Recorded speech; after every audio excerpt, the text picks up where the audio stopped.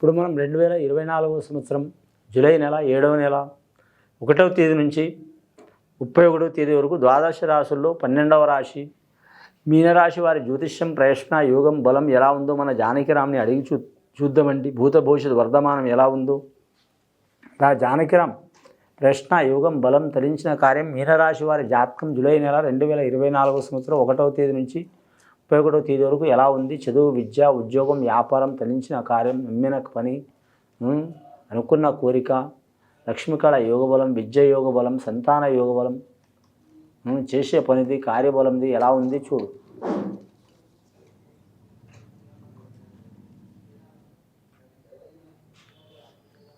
ముఖ్యంగా చూడాలంటే మాత్రం శివుడాగ్ని లేనిది చెమైన కుట్టదండి. భోళా శంకరుడు వచ్చిండు మీనరాశి వారి జాతక బలానికి చాలా వరకు శుభోదయం ఉన్నది.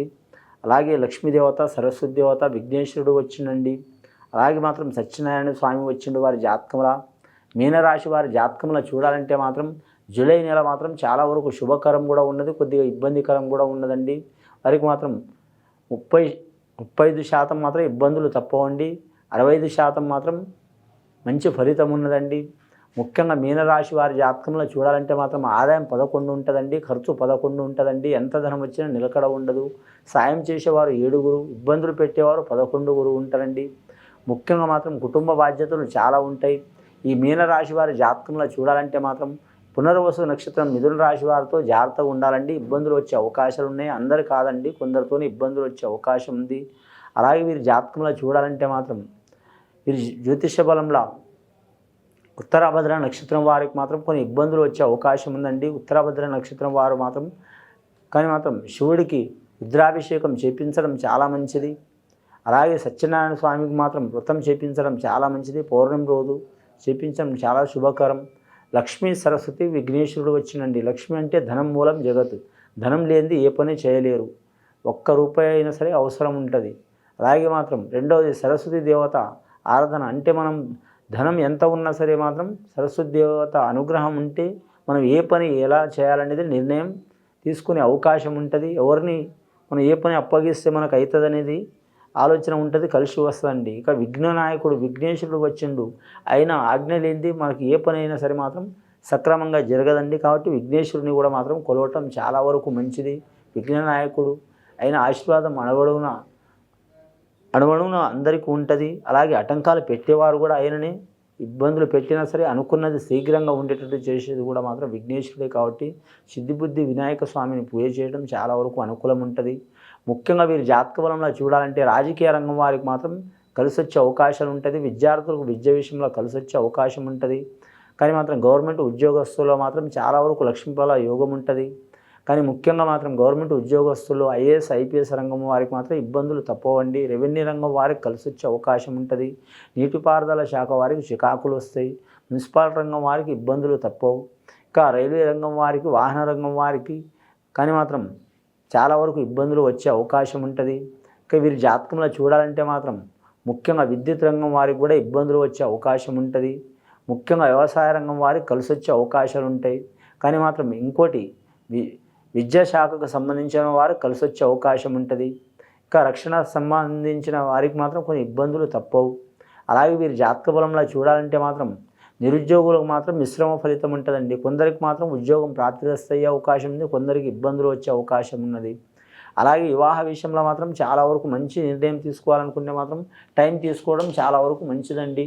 జూలై నెల మాత్రం అంత కలిసి రాదు. ఆగస్టు నెల మాత్రం కలిసి వచ్చే అవకాశం ఉంటుంది వారి జాతక బలానికి. ఇంకా ధనం మాత్రం విపరీతంగా ఖర్చు వస్తూనే ఉంటుంది, ఖర్చు అవుతూనే ఉంటుంది. కుటుంబ తగాదాలు ఉన్నవారు, రుణ తగాదాలు ఉన్నవారు, అలాగే మాత్రం చాలా కాలం నుంచి చికాకులు ఉన్నవారు మాత్రం టైం తీసుకోవడం మంచిది. కానీ మాత్రం తొందరపాటు నిర్ణయాలు తీసుకోవద్దండి. కానీ మీనరాశి వారి జాతకం మాత్రం అంశబలం మంచిగా ఉంటుందండి. వీరికి ఎల్నాటి శని ప్రభావం మాత్రం చాలా వరకు ఉన్నదండి. ఇబ్బందులు పెట్టే అవకాశం ఉంటుందండి. ధనపరంగా, ఆరోగ్యపరంగా, వాహనపరంగా, సంతానపరంగా, కుటుంబ పరంగా తప్పకుండా ఇబ్బందులు పెట్టే అవకాశాలు ఉంటాయి. కానీ కాకపోతే మాత్రం వయస్సును బట్టి ఉంటుందండి. 30 సంవత్సరాలు దాటక ముందైతే చాలా వరకు కలిసి వచ్చే అవకాశాలు ఉంటాయండి. 32 దాటిన వారికి మాత్రం ఇబ్బందులు వచ్చే అవకాశాలు ఉంటాయండి. కాబట్టి మాత్రం శనేశ్వరునికి శాంతి చేపించుకోవడం చాలా వరకు మంచిది. అలాగే వీరి జాతక బలంలో చూడాలంటే మాత్రం ఆంజనేయ స్వామి ఆరాధన చేయడం చాలా వరకు మంచిది. నారికేళం మాత్రం పారే నీళ్ళల్లో అంటే పారే చెరువులు కావచ్చు, నదులు కావచ్చు, దాంట్లో మాత్రం విసర్జించడం మంచిది. అలాగే మాత్రం కాకులకు అన్నదానం చేయటం చాలా వరకు మంచిదండి. కాకులకు పిలిచి ఎట్లా అన్నదానం చేస్తామని మీరు అనుకోవచ్చండి. అన్నదానం అంటే అన్నమే కాదు, అవి ఏవేవి ఆహార పదార్థాలు తింటాయో మాత్రం కరెక్ట్ ఇంటి పైన కానీ కావచ్చు, లేదా మాత్రం ఊరి బయట కావచ్చు, మాత్రం ఆ ఆహార పదార్థాలు మాత్రం వాటికి వేయడం మంచిది. అవి వేస్తే చాలా వరకు మాత్రం శని శాంతించే అవకాశం ఉంది.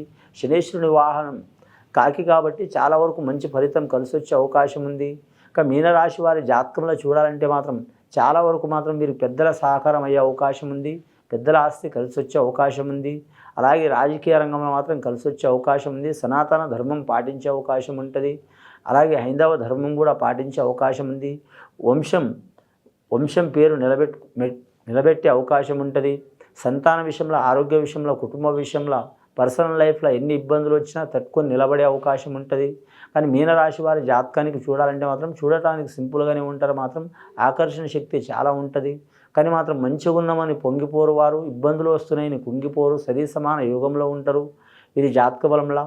కానీ మాత్రం ముఖ్యంగా వివాహ విషయంలో, సంతాన విషయంలో, ప్రేమ వ్యవహార విషయంలో మాత్రం ఇబ్బందులు తప్పవండి.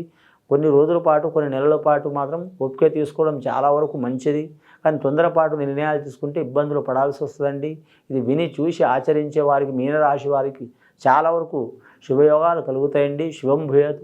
అలాగే మాత్రం ముఖ్యంగా ఏ రాశి వారైనా సరే మాత్రం అండి, ముఖ్యంగా మాత్రం శని మంచి ఉన్నా చెడు ఉన్నా, శనిగ్రహం అనేది మంచి ఉన్నా చెడు స్థానంలో ఉన్న మాత్రం ప్రతి రాశి వారు, ప్రతి నక్షత్రం వారు ఈ కలియుగంలో మాత్రం శనీశ్వరునికి మాత్రం ఆరాధన చేయడం చాలా వరకు మంచిదండి. పుడక నుంచి పడితే చచ్చే వరకు ఆ గ్రహం మంచి స్థానంలో కూడా ఉంటుంది, చెడు స్థానంలో కూడా ఉంటుందండి.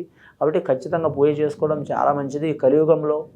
కానీ ముఖ్యంగా మాత్రం మనం వాడే వస్తువులన్నీ కూడా మాత్రం శనికి సంబంధించిన 90% వస్తువులు ఉన్నాయి కాబట్టి శనీశ్వరునికి మాత్రం ఆరాధన చేయడం, పూజ చేయడం, శాంతి చేసుకోవడం చాలా వరకు శుభకరం ఉంటుందండి.